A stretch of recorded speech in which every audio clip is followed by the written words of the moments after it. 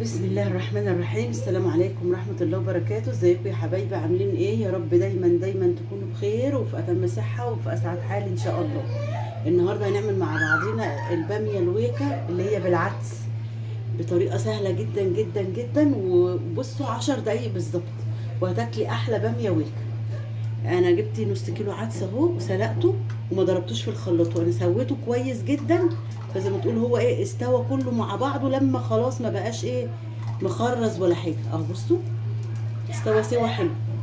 وعندي دلوقتي هعمل بقى التقليه ونشوف الطريقه على طول. انا يا حبايبي حطيت دلوقتي حوالي كوبايه الا ربع من الزيت. نحط البصله بتاعتنا اهي.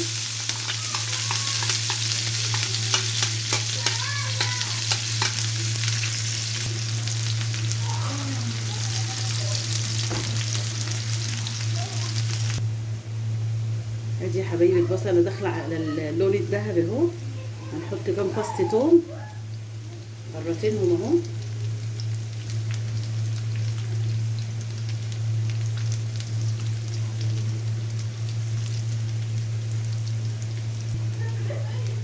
ادي يا حبايبي البصله احمرت معايا اهي، تديني اللون الذهبي. وحطيت التوم، التوم ريحته فحفحت كده.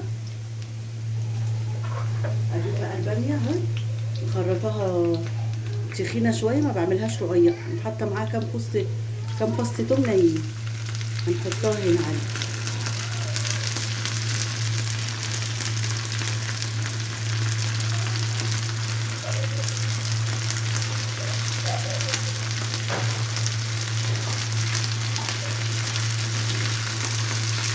صوت الباميه على التقليه.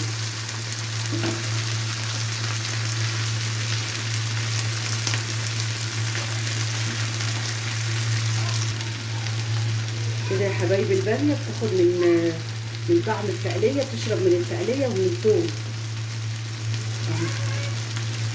هنا باميايه اهو سليمه مخرطه. الباميه دي على فكره يا جماعه اكياس، اللهم صل على النبي، سخنه. هنا شر النار وعذابها يا رب. ما لقيتش باميه خضرا في السوق، فبجيب اكياس الباميه اللي هي بسمه دي بس الكبيره، بجيب الباميه الكبيره.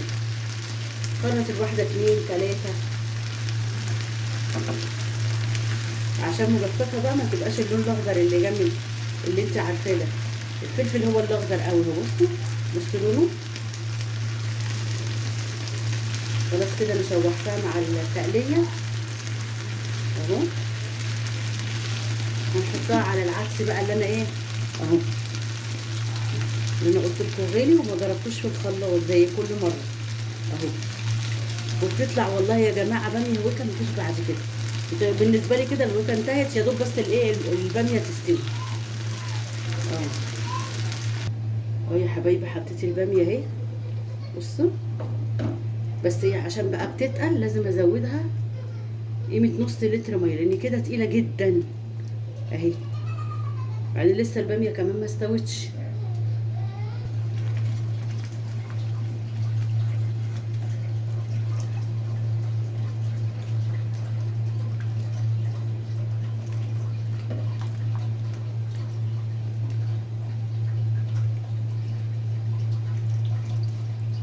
كده انا حطيت لها لتر ميه. نحط لها بقى التوابل بتاعتنا. نحط لها برده شطه اهو.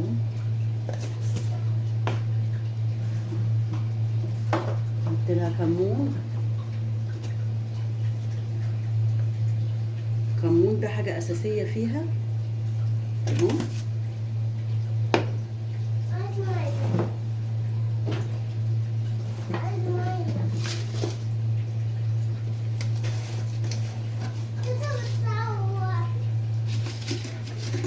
نحط بقى الملح بتاعنا.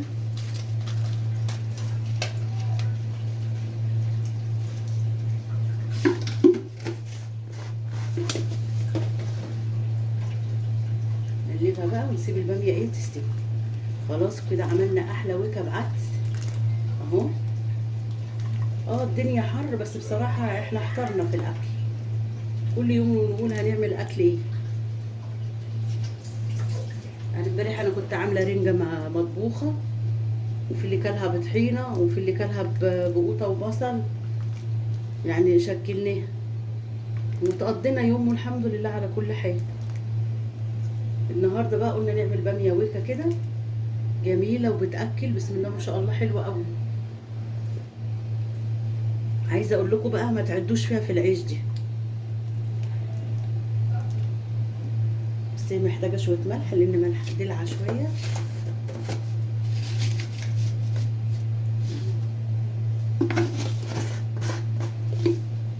كده حطينا الشطه والكمون والملح، ما بيتحطلهاش اكتر من كده يا جماعه. وقلينا لها ببصل وتوم، وحطينا مع الباميه برضو تومه نيه، تاكلي احلى باميه. ناس كتير قوي يا جماعه لسه ما بيعرفوهاش، بس هي طريقتها سهله وبسيطه جدا جدا جدا. لو عملتيها بالطريقه دي والله والله والله كل يوم ولادك وجوزك يقولك اعملي لنا زيها. الباميه طبعا ام قوطه دي طعم ودي طعم، سبحان الله، واللي بتبقى على شوربه طعم تاني. ان شاء الله هتعجبكم وتفوز اعجابكم، بس تستوي ونغرف ونشوفها هي عايزه ايه، وتاكلوا بالهنا والشفا وناكل بالهنا والشفا، والف هنا للي ياكل يا رب. بصوا يا حبايبي كده غليت اول غلوه اهو، مش هخليها تغلي تاني علشان خاطر ما تتهريش اهي. بصوا كده ما شاء الله اهي، تقولها لا خفيفه قوي، بصوا اهو، لا خفيفه قوي ولا تقيله قوي، لان هي لما بتقعد بتتقل. وعملنا احلى ويكا مفيش 10 دقايق والله العظيم. قيمه التقليه والتومه، وانا كنت مخرطه طبعا الباميه وسلقت العدس.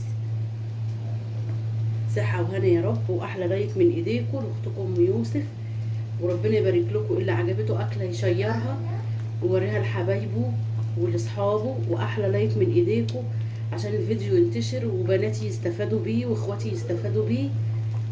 ربنا دايما يجازيكم كل خير يا رب، لان المشاهدات فعلا قليله جدا جدا جدا جدا. ربنا ييسر لينا وليكم يا رب، اللهم امين يا رب العالمين. خلاص بقى هنغرفها كده وناكل احلى باميه اهو. باميه ويكا، ويكا بعدس، طريقتها سهله وبسيطه جدا جدا جدا، والله ما خدت اي حاجه. وبصوا تقولها اهو زي ما بقول لكم اهو، بصوا ما شاء الله اهو، تبارك الله، اللهم صل على النبي. بصحه وهنا يا رب للي ياكل، غريب قريب كل اللي راسيبه في لقمه ياكلها بالف هنا اهي. خلاص كده انا هطفي عليها، خلاص كده طفيت النار اهو.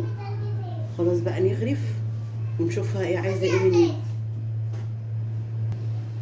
ادي يا حبايبي غرفنا الباميه بتاعتنا الجميله، حطينا عليها شطه تاني اهو، عشان احنا بنحب الاكل حار، حراق حراق يعني اهو. صحه وهنا يا رب للي ياكل، ما شاء الله اهو. ايه الجمال والحلاوه دي. احلى لايك من ايديكم، احلى لايك من ايديكم لاختكم ام يوسف.